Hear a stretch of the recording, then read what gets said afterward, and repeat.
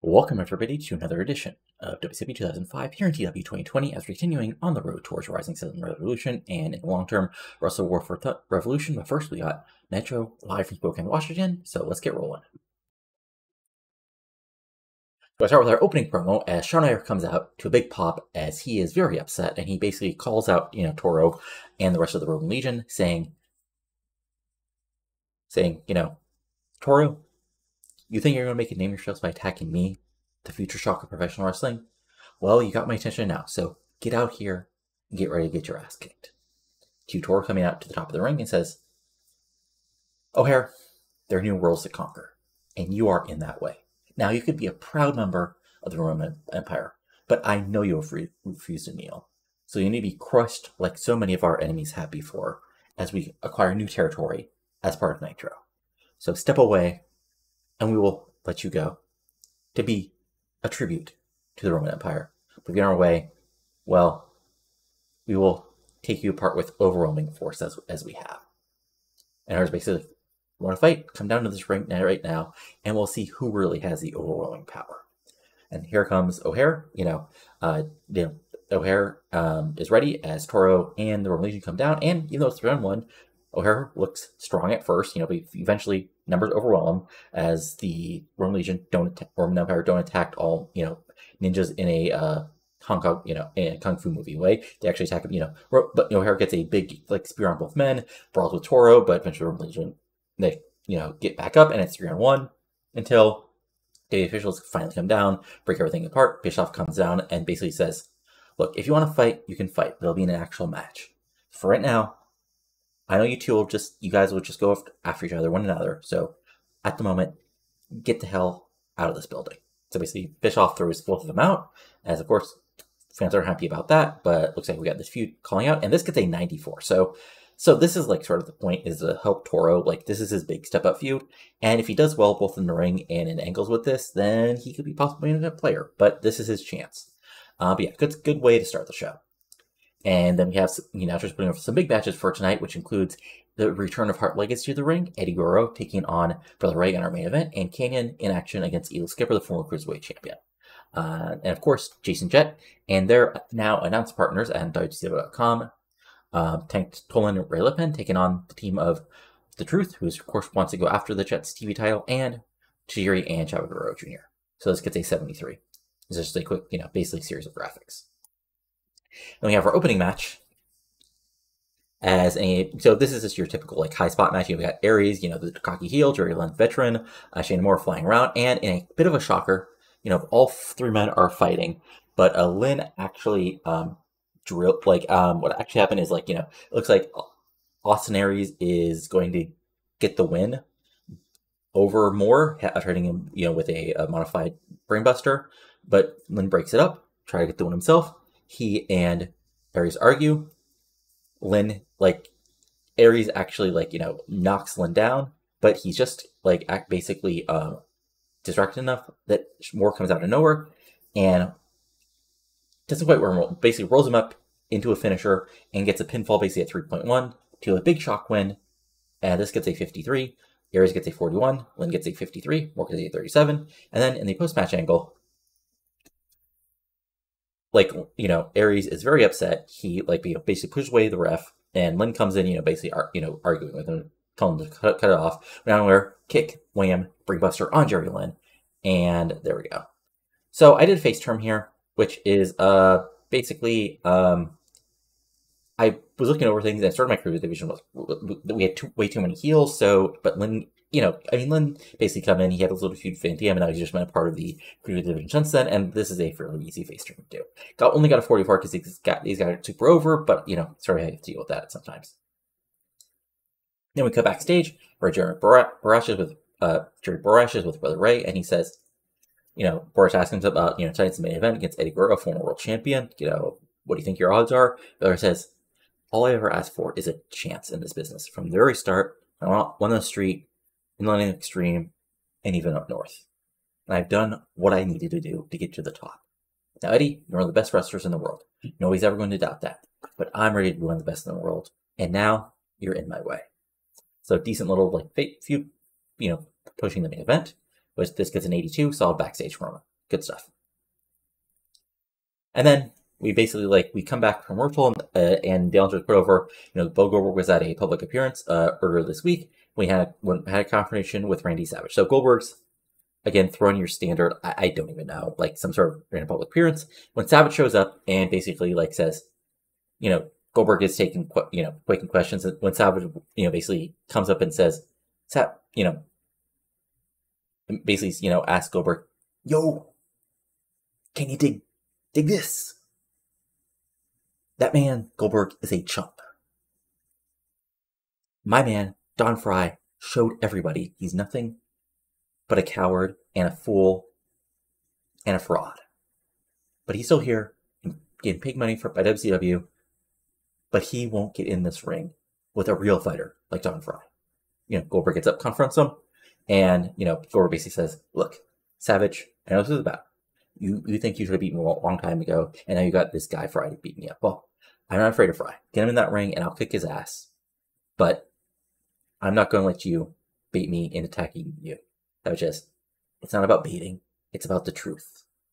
I don't care that I never got a match with people Goldberg.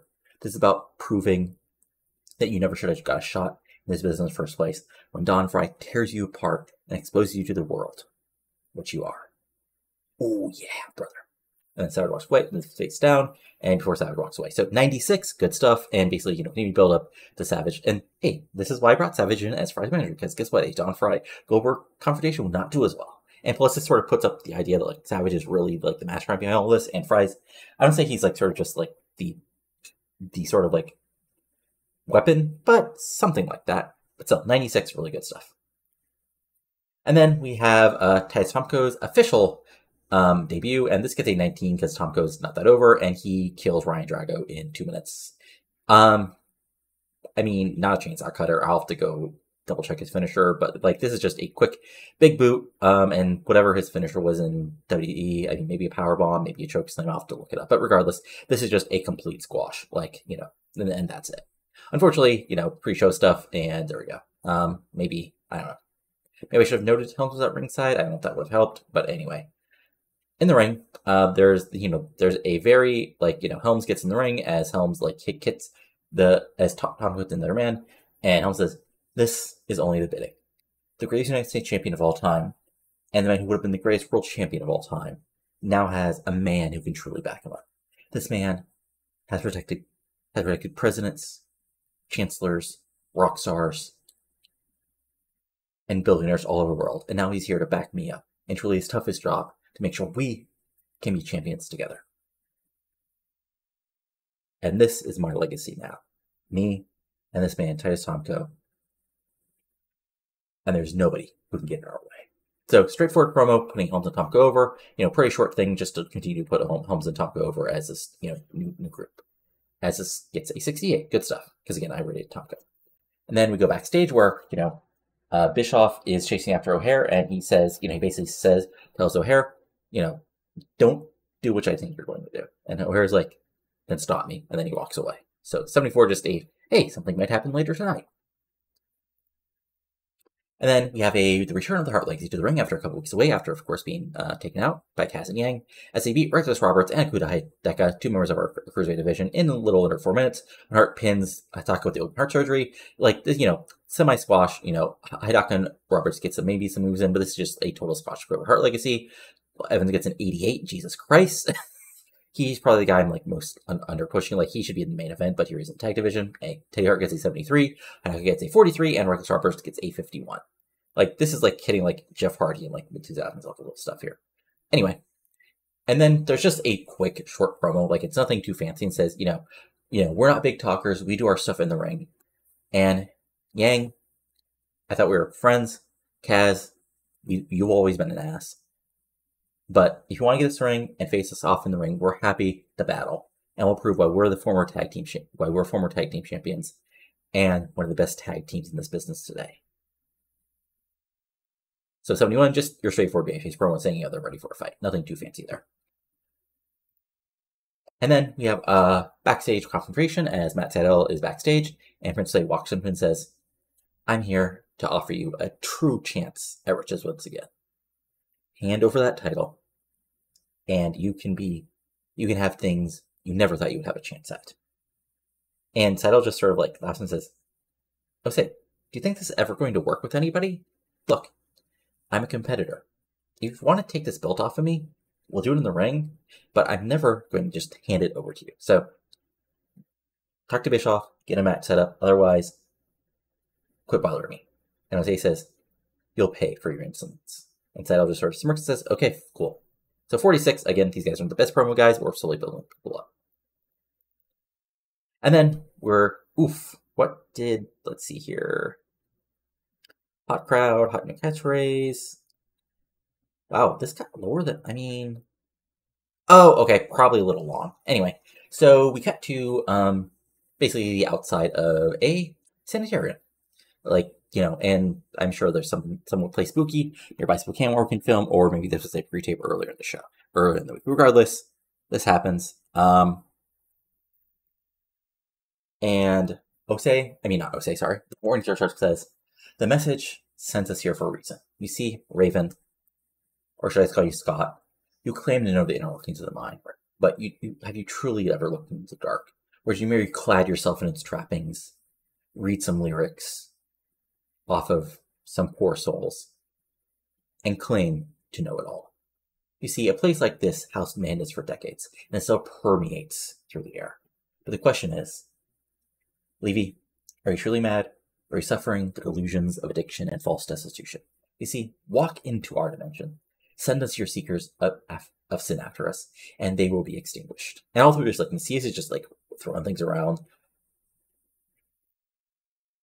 If you walk into our path once again, if you try to destroy our message, Mesias will be happy to make you nevermore.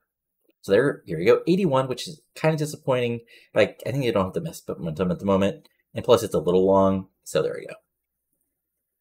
And then we have our interesting match of the night as former Cruiserweight champion Eddy Guerrero tries to take on Kanyon, and it's a solid match. Like, it's a high-paced match, but it's like a semi-squash. Like, Skipper gets some spots in, and he does his best to fight back, but eventually Kanyon nails him with a cannon cutter, picks him up, flatliner right in the middle of the ring. 1, 2, 3. As, the announcer's put over, he's really looking for another shot at Eddy Guerrero to really prove he is the better man. But this gets an 84. Kanyon gets a 91. Skipper gets a 57. Fun stuff. And post-match, Kanyon celebrates to a 72. Again, nothing out of the ordinary. There's nothing too fancy. And then we have a quick little segment. I believe I said it for 3 minutes, where basically Toro and the Rebel Legion are at a restaurant, possibly an Italian restaurant, and they just take it over. Like, they mess with the waiter. They, Romy says something like, creepy to a waitress, and they basically take over a center table, and they would basically want to be treated like kings, as the people we pay to be in the background are all worried, but they basically claim this territory for the Roman Empire. Goofy over the top stuff, but really cocky, perkish heels. 51, because And then we have our big 6-man match as the Truth, Chavo, and Tajiri face off against Jett, Tolan, and Lepin. And, Chavo and Tajiri, do their stuff in the ring. Tank and Lepin work as a well-oiled heel machine, doing a little beat down on Truth, but eventually, Tajiri makes a save. They brawl. Jett tries to hit some shots in on Truth, and eventually everything breaks down to, a wild 6-man. Tajiri spitting the mist at Tolan, but Lepin making the save. Eventually, those two teams start to brawl, and in the end, Truth is able to hit Jett with the Truth or Consequences right in the middle of the ring. 1, 2, 3, as he pins the television champion and truly puts his claim to have a TV title shot. This gets a 77, Tajiri gets a 70, Chavo gets a 65, Truth gets a 62, Lepin gets a 63, Tolan gets a 69, and Jett gets a 73. So fun stuff, and honestly, the point, it was part of a test just to make sure, these guys would hang when they weren't getting their tag team bonus, which is good. They're not, doing great, but they can, be part of a 6-man, or possibly be, the singles in a upper card match and not totally blow things. So that's good. And then, of course, after Truth gets the win, Jett goes after him, and, Truth heads to the back as, he, plays cocky babyface and, makes title belt motions as they start to argue. And this is just a quick thing as it gets a 63. Fun stuff. And then, basically after this, the announcers post that Bischoff has made the match. It's going to be the Truth versus Jason Jett next week for the television title. And then we have O'Hare, as you sort of guessed, not surprisingly or shockingly, showing up to the restaurant. The sort of owner of the restaurant and the servers are just sort of done with the whole thing. So O'Hare confronts Toro, but then Romeo and Swinger get on with, and it's a big old brawl in the restaurant, and Swinger gets thrown away, but Romeo ends up going through one of the tables, which we hopefully paid the restaurant for, and Toro's about to go after him. Well, no, Toro and then Swinger along with Romeo throw a beat a retreat as Swinger stands tall here in the restaurant. This gets an 84 and continues to build up this feud. Fun stuff. And then we have our main event, which gets a 92. And this is a really long, well-worked match. And the whole idea is Brother Ray's a brawler, a fighter, but he has to wrestle smarter to face off somebody like an Eddy Guerrero. And, Brother Ray does his best. He really goes right on offense right from the start. But Guerrero goes after his knees, goes after his legs, and slowly, slowly but surely grinds him down. Long submission, long left frontal passo, some big knee drops, knee breaker, attacking on the outside. Brother Ray fights back though. But eventually, Brother Ray does his best, even almost hits the full Nelson bomb, but Guerrero goes low, and then Guerrero takes over, hits the Blue Thunder bomb, the Brainbuster, goes up top, and hits a basically clean, except he puts one on the ropes because he's Eddy Guerrero, frog splash for the pinfall win. So this gets a 92, Eddy gets a 92 himself, Brother Ray gets a 79, and then, looks like the match is over and he's celebrating. When his Brother Ray gets up, Eddy attacks him from behind and hits another Blue Thunder bomb on him, and he takes the mic and then grabs a chair from him and says, Kanyon, I'm done with you. I'm going to show you exactly what's going to happen to you if you don't stay out of my way. Sorry, Ray, nothing personal, but you're just the victim for the moment. And he gets chair and about to do concerto when Kanyon comes down and says, no, you're not going to do this. Eddy, if you want a match to really prove yourself, fine, I'll do that.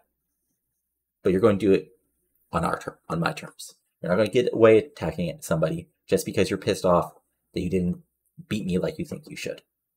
So if you want to choose your cruelly broken Kanyon, fine.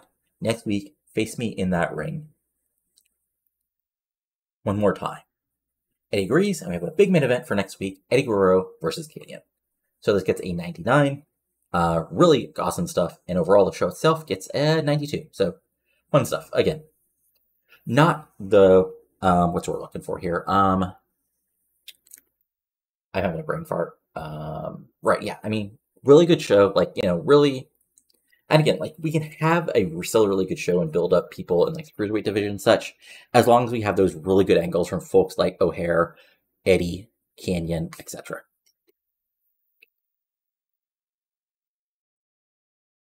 As this continues to load. Fun times. Fun times. Alright. Alright.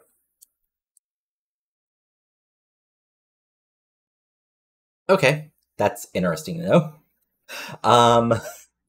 Well, okay, so long-term, okay, I guess that's a good reason we're saying continue not to be around. Let's see here, what did Raw, oh man, okay. So of course Raw Raw only barely beat us, okay, so.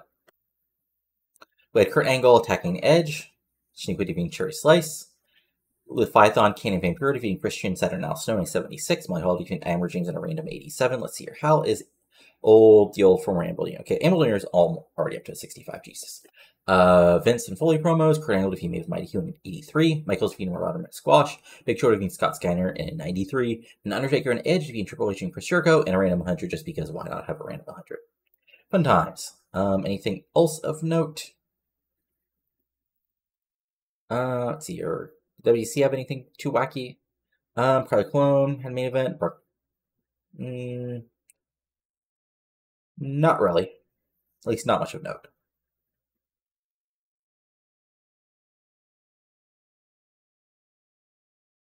And okay, so that's, I guess, good to know that Sting will be gone. And Oh, right, I forgot to check the ratings.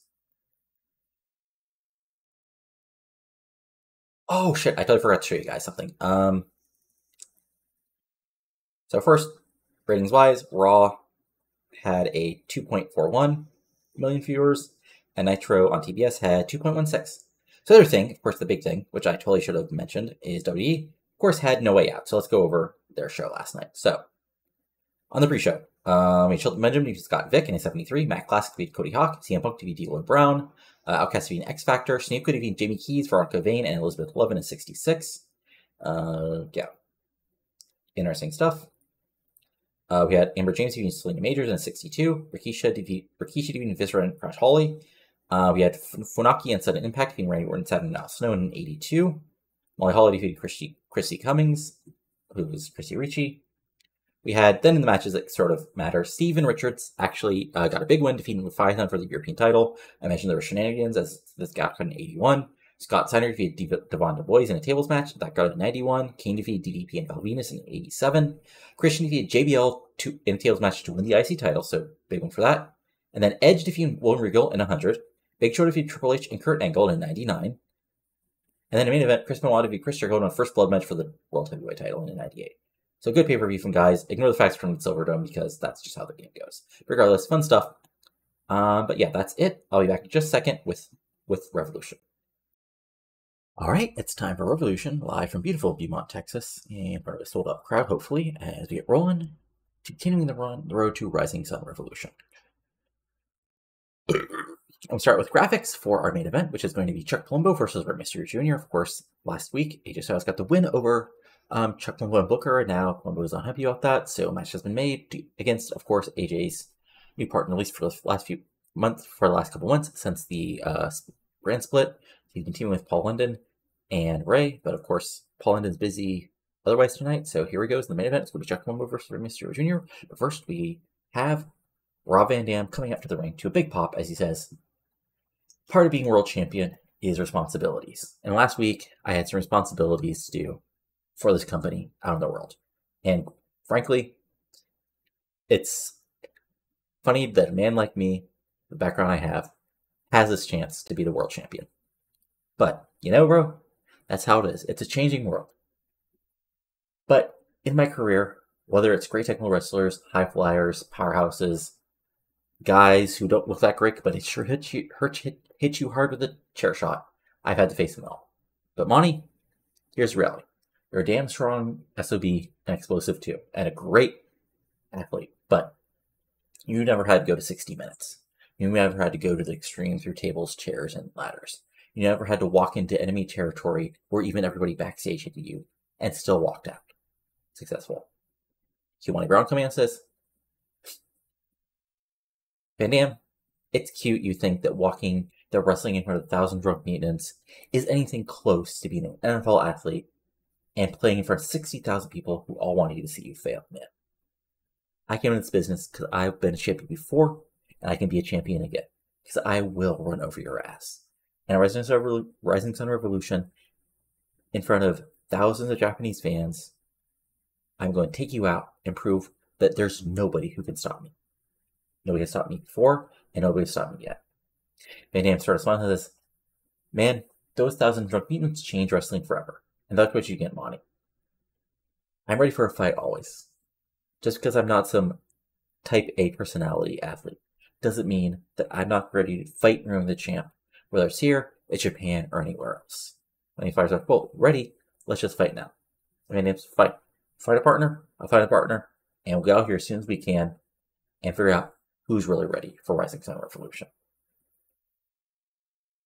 Because what you're going to realize is that I'm RVD, and that's still going to spell champion after Rising Sun Revolution. So 96, really good stuff, continuing to set things up for the RVD Monty Brown match at Rising Sun Revolution, which I made officially right. Yeah, okay, there we go. It's also officially announced, I'll just add this now. That's going to be James Storm, or there you are, guys are, and Chris Harris versus Lance Storm and Mike Awesome for the tag titles at the pay-per-view as well. And of course,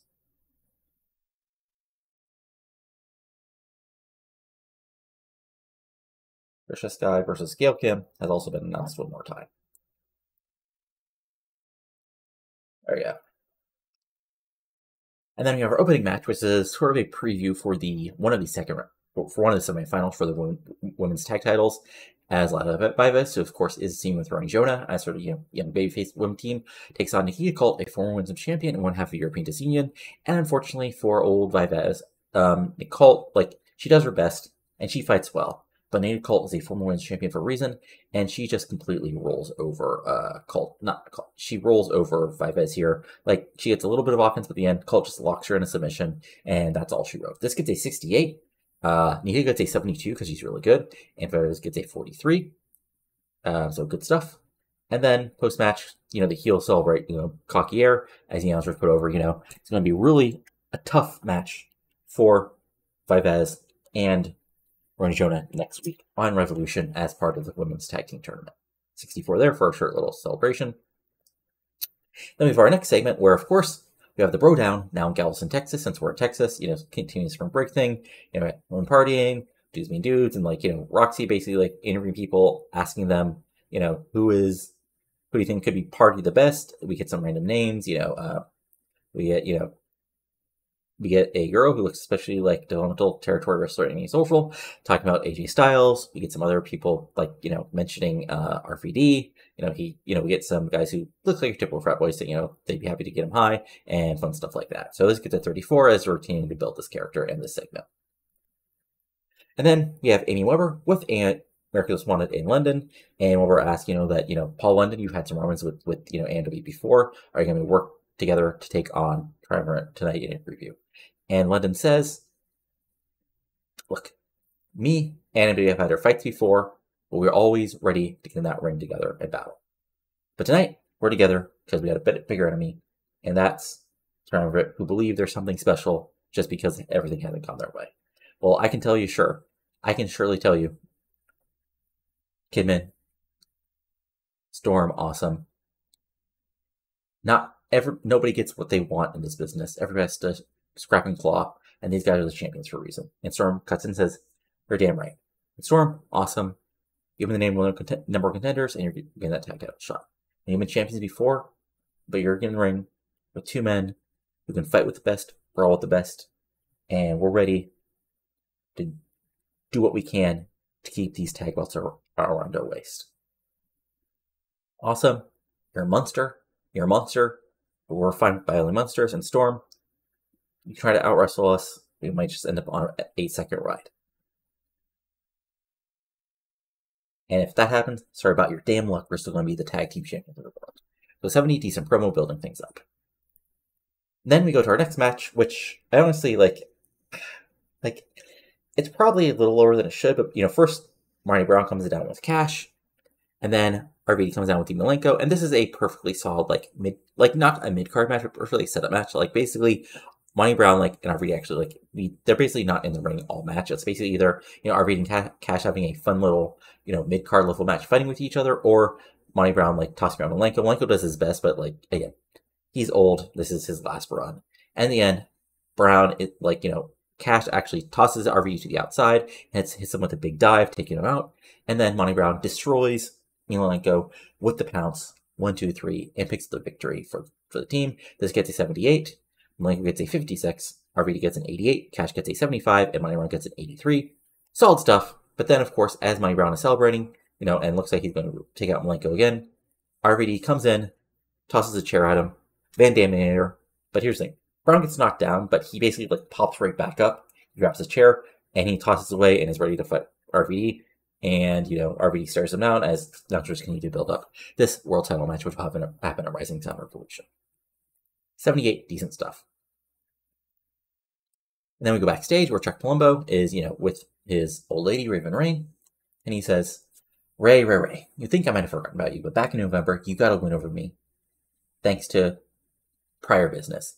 And now I'm here for a little payback. And it'll be a bonus. Send a message to your little friend, Styles, that you got lucky last week. But after tonight, once I take apart a legend, AJ, you're going to be on notice. And Booker, stay in your damn lane. This is my show now. It's my revolution. So there you go. Solid promo. What happened here? Why didn't this do as well? Low morale, poor improvising. Okay, I mean, I guess.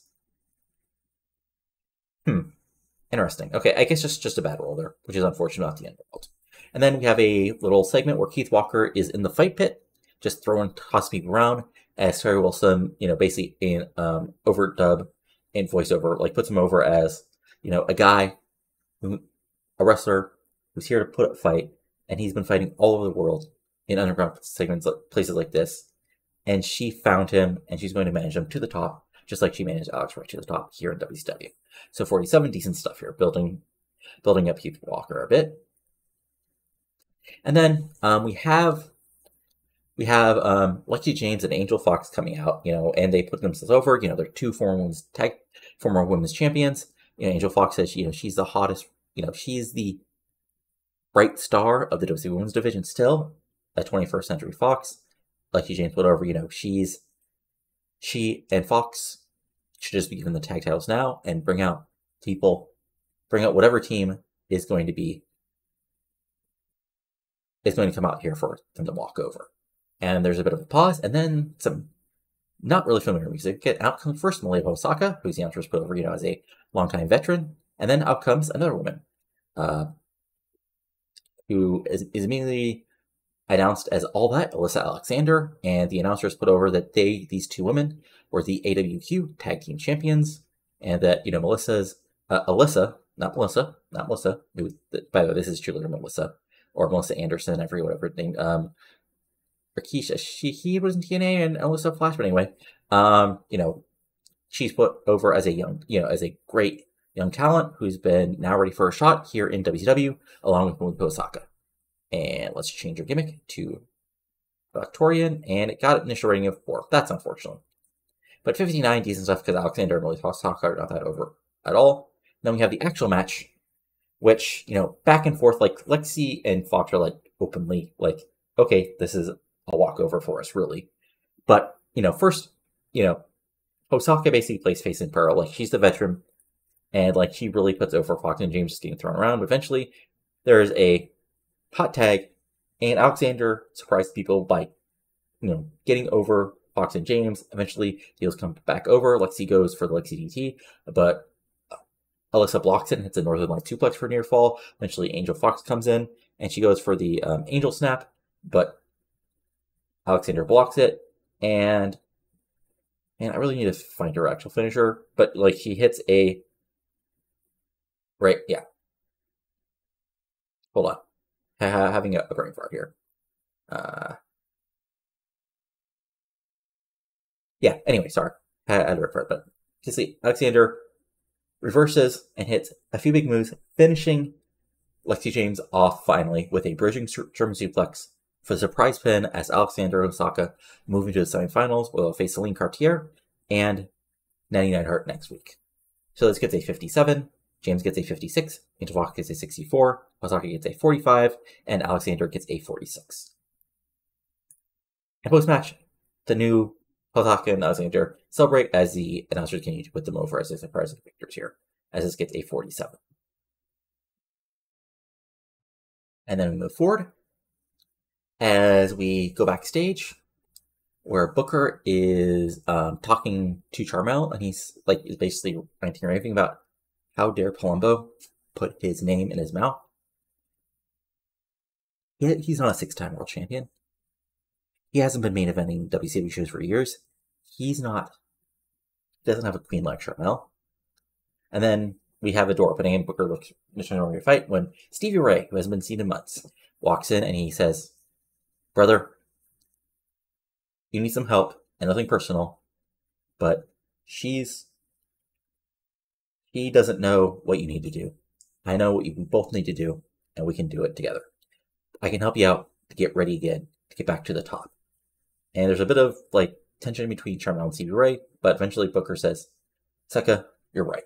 So 72, fun little segment to reintroduce Stevie Ray and continue this thing where Booker is trying to get his way back to the top. And then we have I believe it's our semi-main, I think, yeah. Anyway, in a superb match, the Triumvirate get the win over Paul and AEW. Typical 6-man back and forth match. Awesome gets pull off the power stuff against everybody. Kidman and London continue to fight, with London actually hitting a big dive on Kidman. Lance Storm is, some technical stuff, but Harris and Storm are strong as a team together. But eventually things break down, and Awesome is able to kick Chris Harris with the Awesome Bomb. 1, 2, 3, picks up the pinfall victory. Basically clean. There's the usual wackiness of a 6-man, but the heels get, and the challengers get the victory here in a little over 13 minutes, 84 overall. Storm gets a 79, Harris gets a 76, London gets an 85, Kevin gets an 89, Storm gets an 87, Mike Awesome gets a 90, and post-match the heels celebrate to the boos of the crowd, as Storm and Awesome make belt motions, as this gets a 74, as they move forward.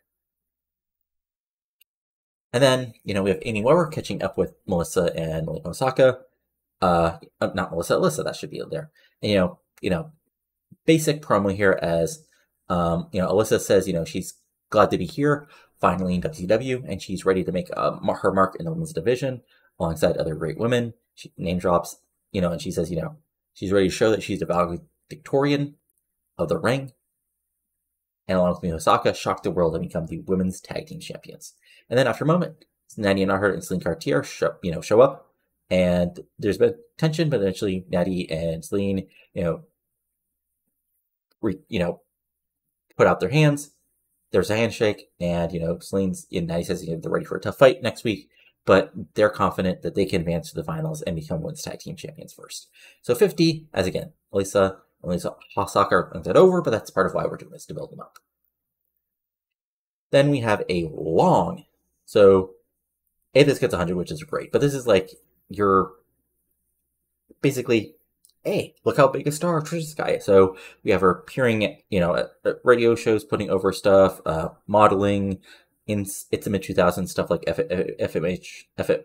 Maxim stuff, and FHM still exist. So maybe that, interviewing, maybe not like on Leno or Dave Letterman, but I'm sure she could get on Jimmy Kimmel in this period, and just putting it over. She's a star. She's the face of the division. She's a women's division champion. And, just really putting this over. And, before it finishes with, some snippet of, if you're working this hard, aren't you worried about the women's title match? He says, and Trisha says, Gail Kim's a great wrestler, but I'm the champion for a reason. And I'm going to prove it again at Rising Sun Revolution. So 100, because Trisha Sky's stupidly over, really charismatic, and has great star quality. So there you go.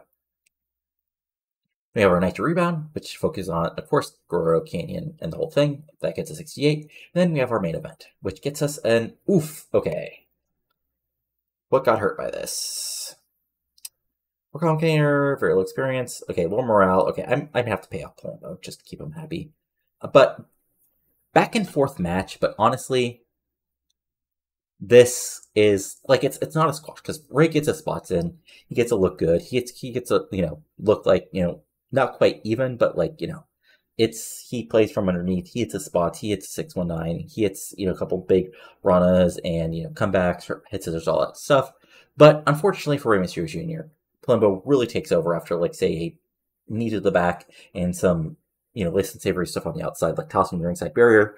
And honestly, after last couple minutes is just Palumbo playing with his food. Rey Mysterio gets a last little bit of save, but as he goes for the springboard Hurricanrana, Palumbo turns it into a powerbomb, immediately picks him up, full throttle, completely pinfall right in the ring.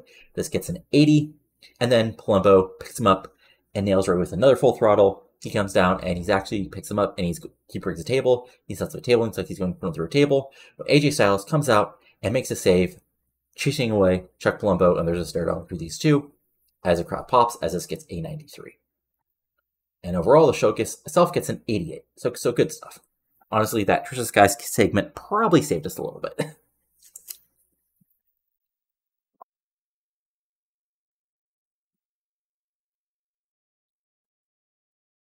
Okay, as this...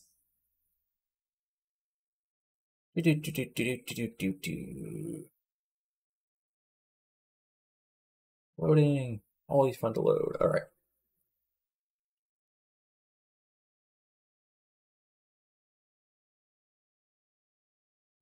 See here. All right. So again, let's look at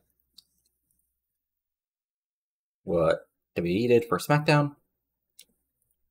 So SmackDown had Undertaker attacking Brock, Edge laying out Kurt Angle, Jamie Keys versus Christy Cummins in ladder match, Molly Holly beating Veronica Vane in a 78, Triple H beating Maven in squash, JBL and Big Show having a confrontation, Scott Hall promo, Kane promo, Shawn Michaels winning a squash, Big Show defeating JBL in 94, Chris Benoit and Undertaker then teaming up to defeat DDP and Hall of the, the Top Shelf in 96. So good show for them, 93 overall. Let me just check which day. Okay, yep. Okay, cool. They're still on the table. I forget, okay. I'll be honest. I'm probably just going to remove this and leave it to the because it makes no sense. Anyway, though, good stuff. So again, now let's look at our DevFed did. So we had, I always forget, TV show. Okay, so you guys did not see this. Okay, so this was a TV show. It was the same night as one of their big shows. So basically, we had Chance Prophet defeating Ryan Jericho by DQ. This was a 49. Prophet got a 50. Rhino got a 41. Jimmy Rivera Matt Cross.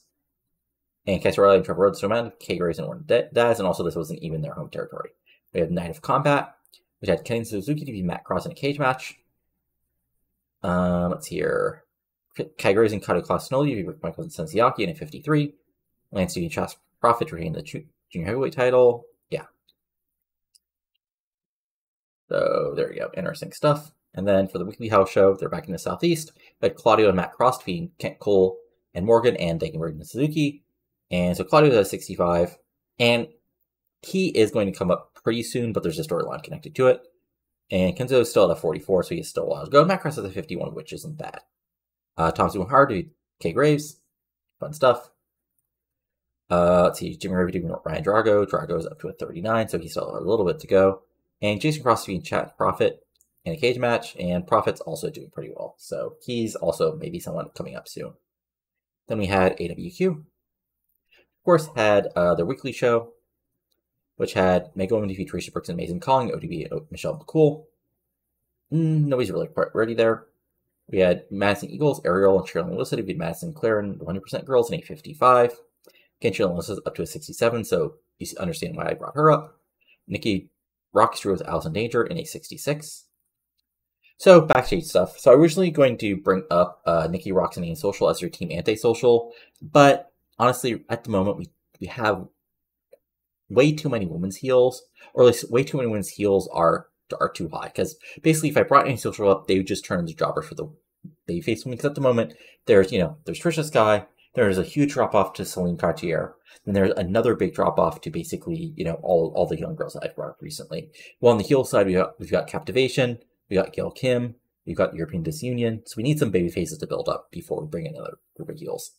Then we had Kim Nielsen defeating Mola Haisaka to retain the NBQ title in 61. Then for the Ladies Night show, we had Ariel defeating Madison Sinclair in a 58. 100% Girls defeating Melissa and Mola Haisaka for the AWQ tag titles in a 58. 100% Girls are, of course, Becky Bayless and Mischief. Miss Molly defeated Antisocial in a 60. Nikki Roxx drew with Allison Danger in a 66. And Kim Nielsen defeated Tracy Brooks retains the title in a 57. And then if we go to HWA, so they had Corey Castle and Jimmy Jacobs defeat Kobe Deluxe and Ricky Romero and Estrada. Fun stuff. ECMO Fatu, Alex Shelley and Bradburn, who's a region, defeat Downward Armor and Cyber Squad. There we go, fun stuff. Ray Steele defeat John Cena in a cage match. Russ Haas defeating Alex Potter retained the HWA TV title, and Max Striker defeated Chip Taylor in a cage match retaining the HW heavyweight title. And then, finally, I didn't realize they signed a broadcasting deal. Oh, okay, there we go. And finally, OVW. Let's see here. Stuff to note. Bloody Phoenix defeated AJ Sparks in a 44. Miss Natural defeats Sarah Stock by DQ. Mafia Chemo by countout. Jay Matthews defeats Trip Breaker. Homicide and Spanky defeat Rico, Constantino, and Jerry Ryan. And Joseph defeat Rob Conway. For the Saturday show, Evelyn Chambers defeated AJ Sparks. Mafia defeated Isaiah. Izzy Ward defeated Riptide. Justice defeated Rico. Homicide defeated Rob Conway. And Jerry Ryan, Dan Dorn defeated Joey Matthews and Spanky. And then for their big show of the month, I think, we had Justice defeating Rob Conway. Spanky defeated Joey Ryan. Joey Matthews and Homicide defeated the A Squad. Izzy Ward defeated Miss Natural. Rico Constantino defeated Charlie Haas. Trent Baker defeated Isaiah. Taylor defeats Sarah Soccer to OVW's title, and that's about it. And I think that was, I always forget like what also recently happened. So, All Japan, did I show this to you guys? Yes, because it just happened, right? No, okay, I did not show this to you guys. Why not? No, I totally did. Never mind. Or did I? No, I don't think I did. Anyway. So, Yoji Hanzo defeated Mazada to retain the AEW World Junior title for All Japan's last big show. Nanzu defeated Goman in 63. Fuji defeated Ishii. Steel and Johnny Smith defeated Violent Playboys to retain the United Tag titles. Ishikawa defeated Dragon Kid in 72. Kaiokeya and Posse defeated Kimura Okamura in 61. And Kawada defeated Yone in 78. I think also New Japan had a pretty big show. Yes, they had... No, okay, that happened a while ago. Never mind. And I showed you the guys this, I think. Maybe I didn't. I think I totally did. Anyway, I always forget, like, what I showed you guys. Here, let me just get news and look at events, see if there's anything big as far as events recently. Okay, so results. SmackDown, Heat, Raw's War, OVW, No Way Out, Iron. Nope, okay, that's actually it. Never mind. Oh, Noah, I think. Yes, Noah had their big show. Okay. So Noah had their big show, 45,000 people. It had Norman Smiley, so that's where he ended up. Defeated Suji Kondo. We had Horace Bowler and Tiger Sampler defeat Kenshin and Keihisa. We had Satoru Asako defeated Samoa Joe. Samoa Joe is getting 76s because he's Samoa Joe in 2005. Teiyu Suda defeated Mr. Kanasuki. Featured Attraction, which is Kenta and Kokuchi defeated Blackman and Kawabata in a 75. Taiyo defeated Narufumo Fuji in an 80. Ogawa defeated Ricky Marvin in 81. Jun Akiyama defeated Shane Douglas in a 91, because of course he did. And then Kenta Kobashi in a 99 defeated Misawa for the GHC title in a 99, because of course they did. So fun stuff for that. But yeah, that's basically the week. If we look at our storylines real quick, Against the Darkness is at an 81, choosing Vine's at a 73. Cruiser Stuff's at a 53. Goldberg Fry Savage is at an 80. Expensive Taste is at a 69. The Helms Tomko feud is at a... Oof, okay. I'll have to basically restart this, I think. Toro O'Hare's at an 84. Toro Canyon's at a 92. Television Title feud at a 75. Beautiful Violence at a 67. Disunion or Disorder is at a 69. Gail Kim Trisha Skies at an 83. Noble Rights at a 73. Sharp Anderson at a 71. Kevin London's at an 87. Monty Brown RVD is at an 80. Revolution Rising is at an 84. And the Tag Title feud is at an 82. And that's about it. So, that's for now. So if you enjoyed the show, go ahead and give it a like. Comment below when you're likely not liking or subscribe channel for TEW20 content like this. I mean, New Japan 2004 series. But that's it for now. So talk to you later, and adios. Have a good one.